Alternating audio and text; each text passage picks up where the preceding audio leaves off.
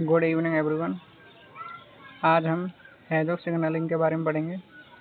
देखो कि इसमें लेगेंड होता है हेजॉग, जबकि अगर वर्टिब्रेट में अगर लेगेंड की बात करें तो हम उसमें होता है सोनिक हेजॉग, इंडियन हेजॉग और डेजर्ट हेजॉग। अब देखो तथा इसमें एक प्रोटीन होती है CI, जिसे क्यूबिटस इंटरप्टस कहा जाता है, जो ड्रोसोफिला में प्रेजेंट होती है।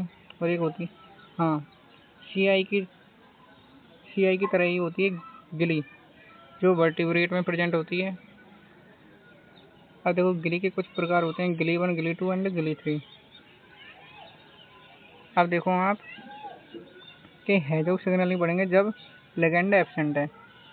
देखो ये होती है सेल और ये होती है मेम्ब्रेन। अब देखो ये होता है पैच्ड रिसेप्टर, जो मेम्ब्रेन पर प्रेजेंट होता है। तो देखो पैच्ड जो रिसेप्टर होता है यह मेम्ब्रेन को 12 बार क्या करता है, क्रॉस करता है। और ये होता है इसके पास आई होक को रिसेप्टर। अब देखो सेल के अंदर एक और रिसेप्टर होता है जिसे स्मूथेंड रिसेप्टर कहा जाता है। यह वेसिकल में प्रेजेंट होता है।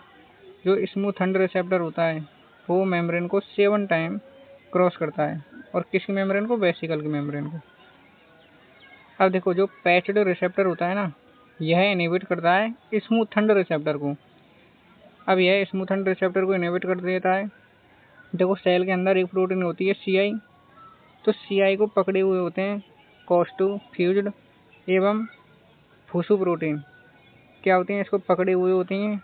तथा इन प्रोटीन को या क्यूटस इंटरप्टस प्रोटीन को माइक्रोट्यूब्यूल भी पकड़े हुए होती है, पकड़े हुए रहती है। अब देखो सेल के अंदर काइनेज होते हैं, प्रोटीन काइनेज, कैसिन काइनेज 1 और ग्लाइकोजन सिंथेज काइनेज। ये क्या करते हैं, क्यूबिटस इंटरप्टस पर फॉस्फेट ऐड कर देते हैं। जैसे फॉस्फेट ऐड हो जाता है तो इसका क्या होता है, जो क्यूबिटस इंटरप्टस प्रोटीन होती है इसका हो जाता है क्लीवेज। अब इसका क्लीवेज हो जाता है और यह CI 75 के रूप में कन्वर्ट हो जाती है। अब देखो क्यूबिटस इंटरप्टस 75 यह एक रिप्रेसर के रूप में कार्य करती है। अब देखो यह जो क्यूबिटस इंटरप्टस 75 प्रोटीन होती है, यह न्यूक्लियस में क्या करती है, प्रवेश करती है। अब न्यूक्लियस में प्रवेश करती है तो न्यूक्लियस में होता है DNA और उससे बाइंड कर जाती है।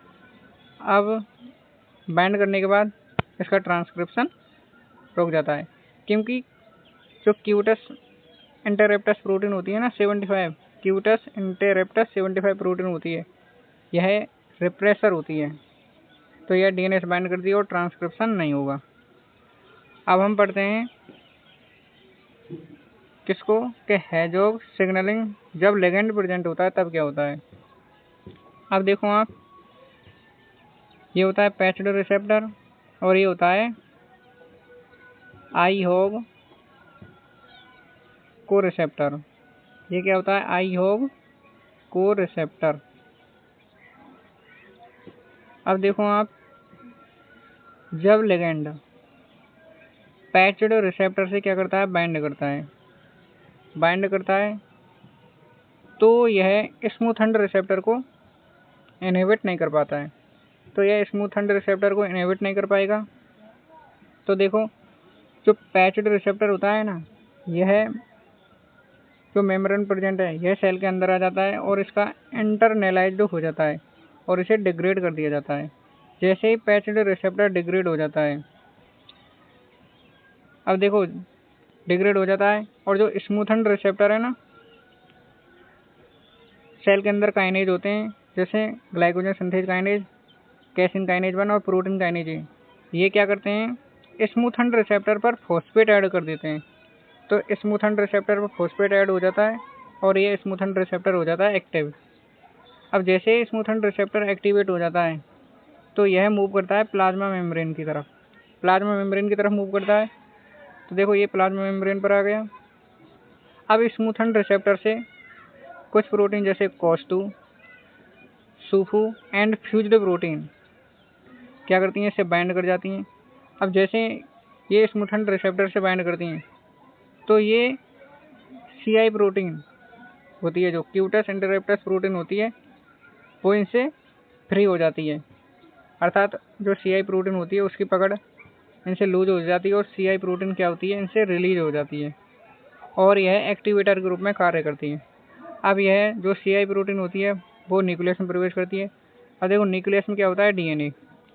तो जो सीआई प्रोटीन है वो क्रैब बाइंडिंग प्रोटीन के साथ मिलकर डीएनए से बाइंड कर जाती है और ट्रांसक्रिप्शन हो जाता है। देखो दोबारा देखो आप, ये होता है पैच्ड रिसेप्टर। जैसे इससे लिगैंड बाइंड करता है तो यह स्मूथेंड रिसेप्टर को इनहिबिट नहीं कर पाता है।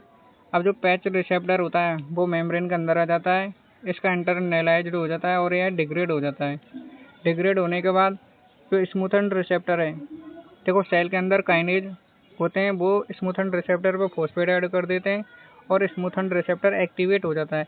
एक्टिवेट होने के बाद यह मेम्ब्रेन पर आ जाता है। जैसे मेम्ब्रेन पर चला जाता है तो जो स्मूथेंड रिसेप्टर से कोस्टल टू सूफू एंड फ्यूज्ड जो प्रोटीन होती हैं वो इससे बाइंड कर जाती हैं और जो सीआई या क्यूटस इंटरप्टस प्रोटीन होती है वो इससे फ्री हो जाती है और यह एक्टिवेटर के रूप में कार्य करती है।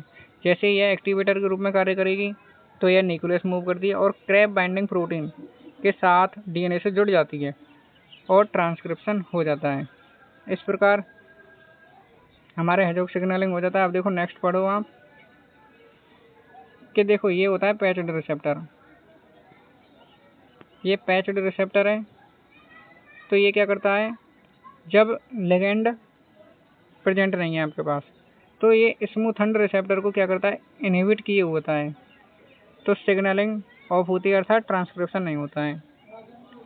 जब आपके पास लिगैंड है और पैच्ड रिसेप्टर से बाइंड करता है तो ये स्मूथेंड को इनहिबिट नहीं कर पाता है, सिग्नलिंग क्या होती है, ऑन हो जाती है अर्थात ट्रांसक्रिप्शन होता है।